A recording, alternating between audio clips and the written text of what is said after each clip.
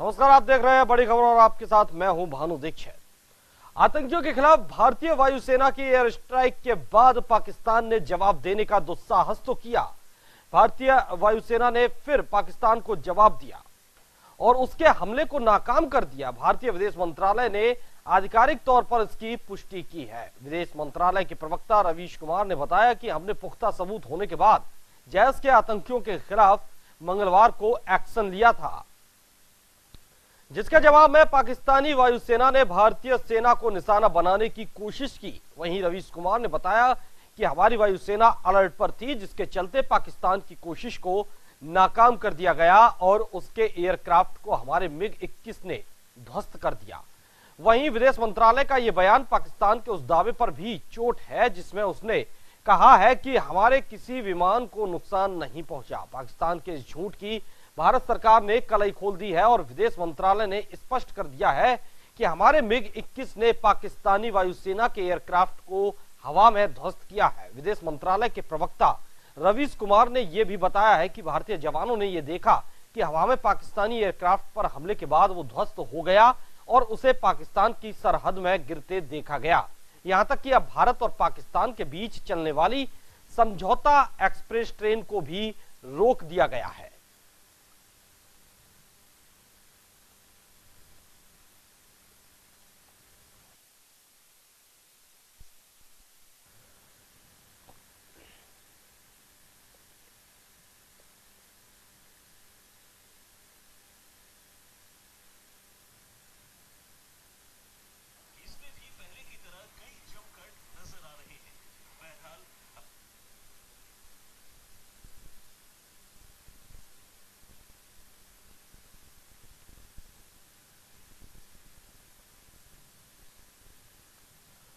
तो बता दें कि समझौता एक्सप्रेस को रोक दिया गया है। लाहौर से, दिल्ली से लाहौर तक ये ट्रेन चलती थी।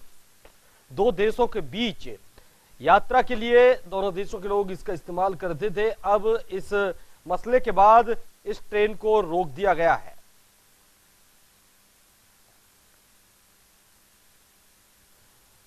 भारतीय MiG-21 ने पाकिस्तान के एयरक्राफ्ट को F-16 को मार गिराया, जिसके बाद भारतीय जवानों ने उस एयरक्राफ्ट को देखा भी पाकिस्तान की सीमा में गिरते हुए।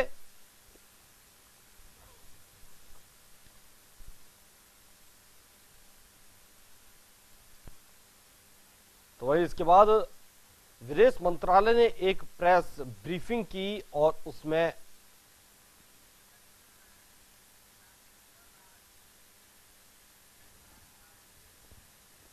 इस पर बीजेपी के नेता राजेश्वर राज हमारे साथ जुड़ गए हैं। राजेश्वर राज जी, बहुत बहुत स्वागत है आपका न्यूज इंडिया पर। जी धन्यवाद भानु जी, बहुत बहुत धन्यवाद। राजेश्वर जी, पाकिस्तान अब समझौते की बात कर रहा है, पाकिस्तान अब शांति की बात कर रहा है, लेकिन पाकिस्तान के मुंह में अमन और बगल में आतंकवाद साफ दिखाई दे रहा है। हर बार समझौते की बात उससे भारत करता था, लेकिन हर बार कोई ना कोई आतंकी हमला भारत को मिलता था, चाहे वो कारगिल हो, चाहे कंधार हो, चाहे उरी हो, चाहे पठानकोट हो और चाहे पुलवामा हो। हर हमले से पहले भारत की तरफ से शांति वार्ता की गई और जैसे ही भारत अपने देश की तरफ आता, पाकिस्तान की तरफ पीठ करता, एक हमला हो जाता था। लेकिन आज पाकिस्तान गिड़गिड़ा रहा है शांति के लिए। बिल्कुल भानु जी, हम कहें भारत हमेशा से शांति के पक्ष में रहा है और हमारे भारत के वीर सैनिकों का संयम ही हमारा सैनिकों का ताकत रहा है, शौर्य का प्रतीक रहा है। लेकिन पाकिस्तान हमारे संयम और अहिंसा को हमारी कमजोरी समझ बैठा था जी, जिसका आज करारा जवाब हम देश के प्रधानमंत्री और अपने वीर सैनिकों को मैं हृदय से साधुवाद देता हूँ और धन्यवाद देता हूँ जी। और मैं उनकी वीरता को सैल्यूट करता हूँ, जिन्होंने अपने पराक्रम दिखाकर दुनिया में दिखाने का काम किया कि भारत की तरफ अगर कोई आंख उठाकर देखेगा, भारत उसके सीधे सीना तोड़ने का काम करेगा। और आज पाकिस्तान को सिर्फ हमने दुनिया से अलग थलग हमारे प्रधानमंत्री ने अपनी कुटनीतिक की चालों से करने का काम किया है। चल के लिए तरसेगा वो, खाने के बिना पाकिस्तान मरेगा। लेकिन आज आवश्यकता है भारत, हम समझते हैं कि पाकिस्तान को भी और सबक सिखाने की जरूरत है। जब तक वो आतंकवाद का सफाया नहीं कर देता है, भारत हमेशा शांति के पक्ष रहा है, भारत हमेशा अहिंसा के पक्ष में खड़ा रहा है। लेकिन आज आवश्यकता है भारत को कि आज दुनिया से आतंकवाद का सफाया हो। इसके लिए भारत ने जो कमर कस रखा है प्रधानमंत्री नरेंद्र भाई मोदी जी की इच्छा शक्ति के लोग, आज आवश्यकता है पाकिस्तान को और सबक सिखाने की। जरूर जरूर राजेश्वर जी आज भानु जी, मेरा एक और मानना है जी, जो आज देश में जो अलगाववादी आतंकवादी विचारधारा की जनक और स्थायी धारा जो 370 है, उसे संविधान से तुरंत हटाया जाना चाहिए। आपको याद में दिलाना चाहता हूँ, जब 1949 में स्वतंत्र भारत का संविधान पारित हो रहा था, उस समय भी उन्नाव के हजरत रूहानी के नेतृत्व में 6 मुस्लिम सदस्यों ने इस अस्थायी धारा का क्या कहते हुए विरोध किया था कि यह देश की एकता और अखंडता के लिए खतरा है, और उन्होंने अपना हस्ताक्षर न करके विरोध जताया। मेरा मानना है कि जो आज जम्मू कश्मीर का एक अलग झंडा है, अलग संविधान है, एक झंडा है, आज आवश्यकता हो गई है कि पूरे देश की एक संविधान हो, पूरे देश का एक नागरिकता हो, पूरे देश का एक झंडा हो। आज आवश्यकता है कश्मीर के लिए कि कश्मीर, कश्मीरी और कश्मीरियत अगर बचाना है तो हमारे हिंदुस्तान, हिंदुस्तानी और हिंदुस्तानियत को आज जिंदा करना होगा और उससे आगे बढ़ना होगा। भानु जी जरूर राजेश जी, आज हिंदुस्तान उस मुकाम पर पहुंच गया है कि जब भी कोई नई मांग हिंदुस्तान में उठती है तो उससे पहले एक सर्वे होता है सोशल मीडिया पर, वो सर्वे घूमने लगता है और सोशल मीडिया के थ्रू लोगों की, देश के युवाओं की, देश के नागरिकों की राय सामने आने लगती है। अब जैसा कि आपने कहा कि कश्मीर से 370 हटाने की जरूरत है, और जब पुलवामा हमला हुआ था तो उसके बाद देश के लोगों में, देश के युवाओं में एक उबाल था, एक गुस्सा था। इससे पहले कि अगर वो उबाल और गुस्सा ठंडा होता, प्रधानमंत्री जी ने बड़ा फैसला लिया, वायुसेना ने पाकिस्तान में घुसकर एयर स्ट्राइक की और देश के युवाओं ने इस फैसले को अपने माथे से लगाया। प्रधानमंत्री जी की वाहवाही हुई, वायुसेना के शौर्य दिखाई दिया, वायुसेना को सबने सलाम किया और आज युवा खुश है। अब ऐसे ही धारा 370 की बात है तो यही वक्त है, सरकार क्यों नहीं हटा देती है? लोग भी यही चाह रहे हैं कि 370 हटनी चाहिए। बिल्कुल भाई भानु जी, जिस दिन देश में हमारा छाती लहूलुहान हुआ था माँ भारती का, आज पूरा देश इस समय रो रहा था, हमारे वीर सैनिक बलिदानी हुए थे। उस दिन देश के प्रधानमंत्री ने स्पष्ट कहा था, स्पष्ट करते हुए देश की जनता को, कि जो आग आपके दिल में जल रहा है वही आग मेरे दिल में भी है। और सिर्फ 9 अक्षर में उन्होंने पूरे देश और दुनिया को बताने का काम किया था कि हमने अपनी सेना को पूरी छूट दे रखी है जी। और आज उसका परिणाम हुआ। आज सिर्फ यह 56 इंच का सीना देश के प्रधानमंत्री का ही नहीं, जो हमारे अपने वायुसेना के पराक्रमी सैनिकों ने जो कर दिखाया दुनिया के सामने, आज पूरे हिंदुस्तानी अपना मानता है कि मेरा सीना 56 इंच का हुआ है और आज गर्व से गौरवान्वित है। और हम समझते हैं निश्चित तौर पर भारत की जो आज सरकार है वो नरेंद्र मोदी के नेतृत्व में ये सरकार 370 हटा सकती है। क्या देश नरेंद्र मोदी के नेतृत्व में ही सोच सकता है कि देश से 370 हटेगा, या नरेंद्र मोदी के नेतृत्व में ये देश सोच सकता है कि कश्मीर में अमन चैन कायम होगा और दुनिया से आतंकवाद से खात्मा होगा? वो समय अब आ गया है भारत में, मैं ऐसा मानता हूँ। जरूर, बिल्कुल दुनिया से आतंकवाद का खात्मा होना चाहिए और लगता है इसकी शुरुआत भारत से हो चुकी है, क्योंकि भारत ने इतना बड़ा फैसला लिया है। आज पूरी दुनिया की नजरें भारत की तरफ टिकी हुई हैं। फ्रांस ने भी अभी जारी किया है, वहां के विदेश प्रवक्ता ने, कि भारत और पाकिस्तान की जो हालात हैं उस पर कड़ी नजर है फ्रांस की। जी, इस वक्त हमारे साथ अनिल शेखावत जी जुड़ गए हैं, जो राजनीतिक विश्लेषक हैं। अनिल जी, स्वागत है आपका न्यूज इंडिया पर। नमस्कार भानु जी। अनिल जी, इस वक्त जो हालात बने हुए हैं देश में, फौजें हमारी डटी हुई हैं, वायुसेना ने पाकिस्तान के अंदर घुसकर एयर स्ट्राइक किया और उसके बाद पाकिस्तान कहीं ना कहीं बौखलाया दिख रहा है और ऐसे ऐसे कदम उठा रहा है जिसका मुंहतोड़ से जवाब मिल भी रहा है। लेकिन सवाल ये उठता है कि आज अंतर्राष्ट्रीय स्तर पर पाकिस्तान अलग थलग पड़ गया है, तो क्यों ना अंतर्राष्ट्रीय स्तर पर इस बहस को भी जिंदा कर देना चाहिए कि पाकिस्तान की सरजमी से आतंकवादियों का खात्मा हो या फिर पाकिस्तान का ही? आप बिल्कुल ठीक कह रहे हैं। पिछले 40 साल से हिंदुस्तान जो है इस आतंकवाद को बहुत करीबी से देख रहा है जी। और हिंदुस्तान पाकिस्तान से कम 72 के बाद कोई युद्ध नहीं हुआ है। कारगिल आप कह सकते हैं, परंतु मोटे तौर पे आतंकवाद का सामना तो हम पिछले 40 साल से कर रहे हैं। तो इसका राजनीतिक तौर पे इसका निरावरण होना चाहिए, इसकी कोई ना कोई चीज निकलनी चाहिए, चाहे टेबल टॉक हो चाहे वार हो। ये एक बार वंस फॉर ऑल एक बार सेटल होना चाहिए, क्योंकि रोज रोज जो है जैसे 40 मरे इस पूरे अगर अपन देखें मोदी कार्यकाल में तो करीबन 350-400 जो है हमारे जवान मर चुके हैं। तो चाहे रोज 40 मरे चाहे रोज 2 मरे, पर ये जिन परिवारों के साथ ऐसा हो रहा है उन परिवारों के साथ क्या बीतती है, इसलिए पूरे देश में ये आवाज उठ रही है कि वंस फॉर ऑल ये सेटल होना चाहिए। क्योंकि आतंकवाद अगर सबसे ज्यादा मुकाबला कर रहा है और आप सफरर हैं, तो पूरे विश्व में हिंदुस्तान सबसे ज्यादा सफरर हो रहा है, जो रोज इन चीजों से सामना कर रहा है। तो ऐसी स्थिति में आतंकवाद इतना ज्यादा बढ़ गया कि ये जो आज की स्थिति जो क्रिएट हुई है ये वाजबी थी, इसके अलावा कोई चारा नहीं था। इसलिए जो भी कुछ हो रहा है ये देश के इंटरेस्ट में हो रहा है, इसका मैं सपोर्ट करता हूँ। बिल्कुल अनिल जी, 40 साल से झेलता आया है हिंदुस्तान आतंकवाद को, और जैसा कि आप कह रहे हैं कि इसका समाधान हो, एक बार टेबल टॉक भी हो और नहीं तो युद्ध हो, एक बार वॉर हो और इसका खात्मा हो जाए। टेबल टॉक हमने कई बार किया, एक बार नहीं, पिछले 70 साल से टेबल टॉक ही होता आ रहा है पाकिस्तान के साथ, लेकिन पाकिस्तान है कि बाज नहीं आ रहा। और अब जब युद्ध के हालात हो गए हैं, महज 21 मिनट हमारे वायु सेना के जवान पाकिस्तान में अंदर जाकर एयर स्ट्राइक करते रहे, महज 21 मिनट में पाकिस्तान को घुटनों पर ला दिया। अब आपको क्या लगता है, अब वो अंतरराष्ट्रीय मंच का इस्तेमाल करेगा, यूएनओ में जाएगा, वहां पर फरियाद करेगा, अपने जो विदेशी मित्र हैं उनसे गुहार लगाएगा, ऐसे में उसकी स्थिति क्या होगी?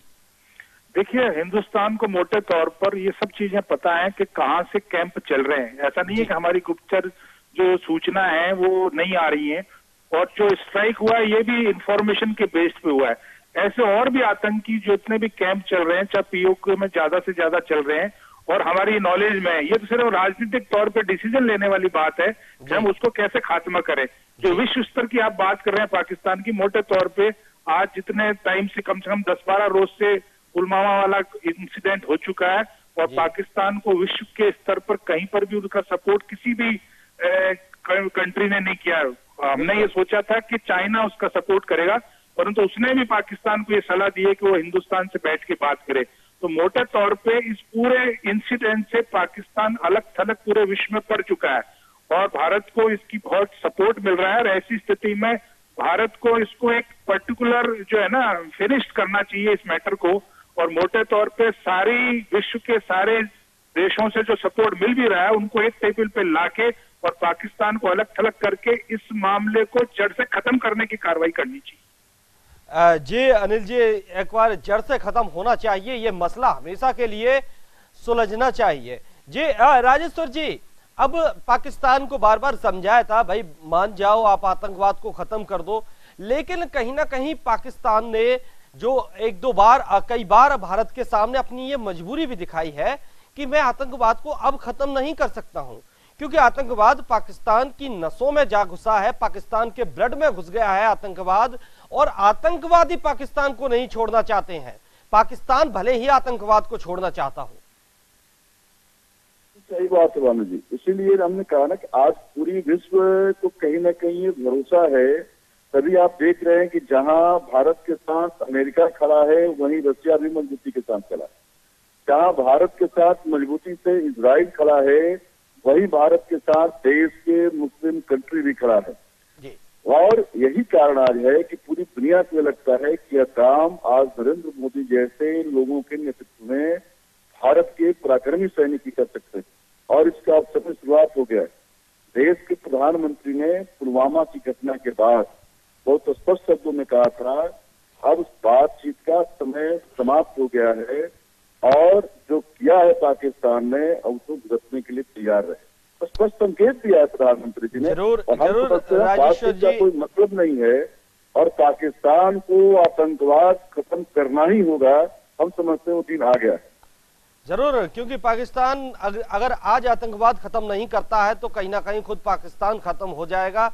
दर्शकों को बता दें कि ये तस्वीरें जो हम आपको दिखा रहे हैं, रोकना चाहूंगा राजेश्वर जी रोकने चाहूंगा 1 मिनट के लिए आपको। ये तस्वीरें जो हम आपको दिखा रहे हैं ये वाघा बॉर्डर की हैं, जहां लोग नाच गा रहे हैं, जश्न मना रहे हैं। पाकिस्तान का जो विमान मार गिराया है उसके उपलक्ष्य में लोग वाघा बॉर्डर पर जश्न मना रहे हैं। देखिए हिंदुस्तान के नौजवानों का, हिंदुस्तान के लोगों का जोश, जो भारतीय सेना के शौर्य और पराक्रम के विश्वास पर आज वाघा बॉर्डर पर मौजूद है। इतने तनावपूर्ण माहौल में भी उन्हें तनिक भी पाकिस्तान का या आतंकवाद का दिल में ये खौफ नहीं है कि कोई भी उनका बाल बांका कर सकेगा। ये हमारी सेना का पराक्रम और शौर्य ही है जो विश्वास लोगों के दिल में जगाए हुए है।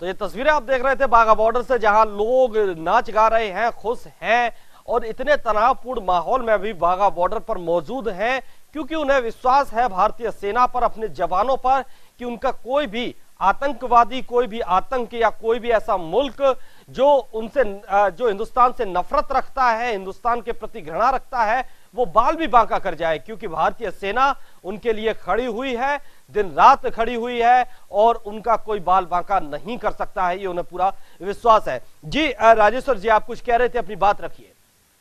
नहीं, मैं भानु जी वही बोल रहा था जी। आज उन्होंने बताया कि देश के प्रधानमंत्री ने बहुत स्पष्ट शब्दों में कहा था जी कि भाई अब वो समय आ गया है जो बात का कोई बात करने का समय नहीं रह गया, और पाकिस्तान ने जो किया है उसका सजा भुगतना ही होगा।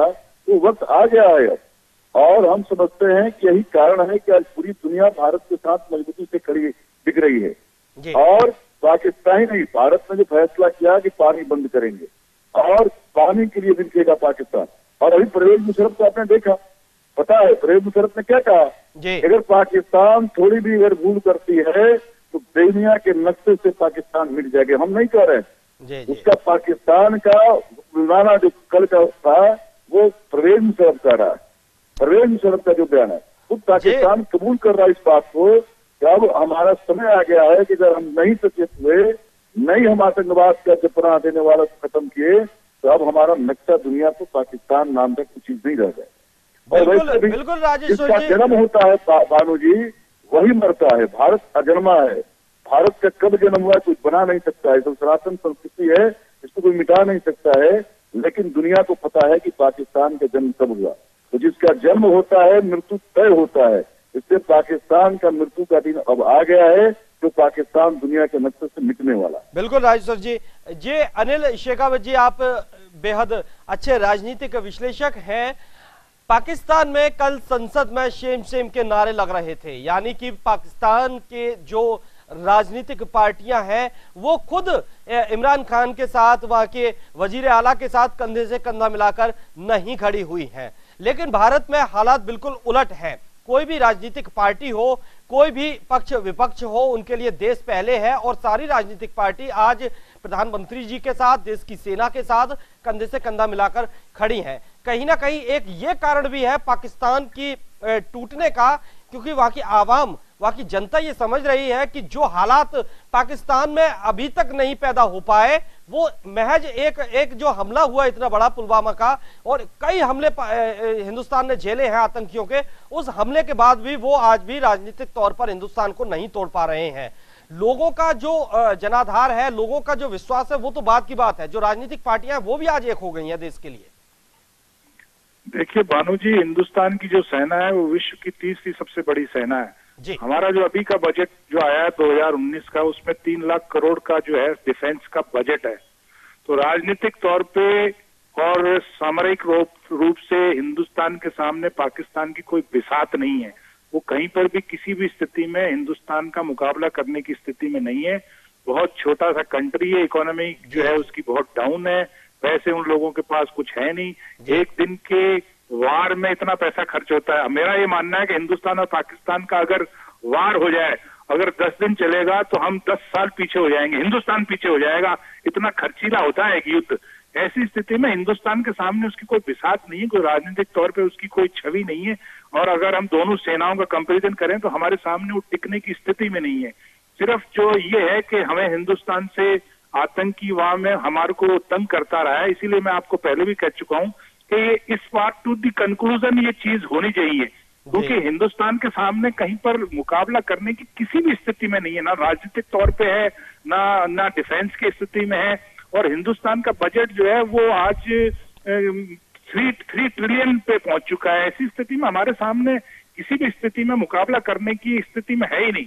तो जो शेम हो रहा है वो राजनीतिक तौर पे हो रहा है, और लोगों को, वहां के लोगों को पता है वहां कितनी भुखमरी है, वहां लोगों के पास काम नहीं है। और हिंदुस्तान 6ठी अर्थव्यवस्था लार्जेस्ट है जो वर्ल्ड की बन चुकी है, तो हमारी प्रोग्रेस के सामने वो कहीं पे टिक नहीं पाएगा।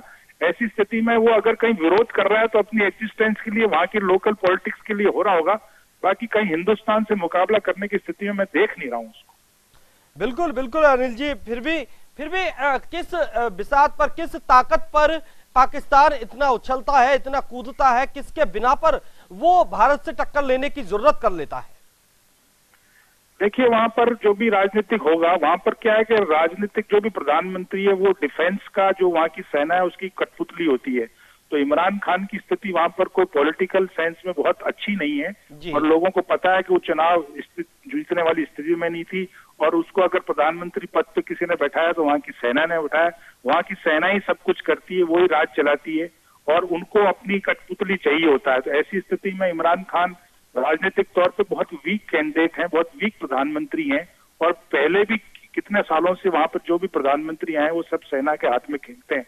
तो सेना का एक बहुत बड़ा रोल होता है वहां पे, राजनीतिक तौर पे भी वो लोग बहुत इन्वॉल्वमेंट रहते हैं गवर्नेंस में। तो ऐसी स्थिति में वहां की जो आर्मी के जो हेड हैं वो शायद अपना कोई इंटरेस्ट साधना चाहते होंगे। और मुझे ऐसा लगता है, एक चीज मैं ये कहना चाहता हूँ कि चाइना जो उनका सपोर्ट नहीं कर रहा है, शायद वो डिप्लोमेटिक वे में चाहता होगा कि दोनों देश उलझे आपस में एक दूसरे को, क्योंकि हिंदुस्तान की प्रोग्रेस को रोकने का एक उनकी नजर में ये आइडिया हो सकता है कि कहीं ना कहीं एक युद्ध हो और हिंदुस्तान जो है युद्ध में फंसे, तो कहीं ना कहीं इसकी इकोनॉमिक डैमेज हो। ऐसी स्थिति में हिंदुस्तान को भी राजनीतिक तौर पे बड़ी अच्छी चालें चलनी चाहिए, और ऐसी स्थिति को क्रिएट करना चाहिए कि बिना लड़ाई पाकिस्तान विश्व में अलग थलग पड़ जाए, ऐसा मैं मानता हूँ।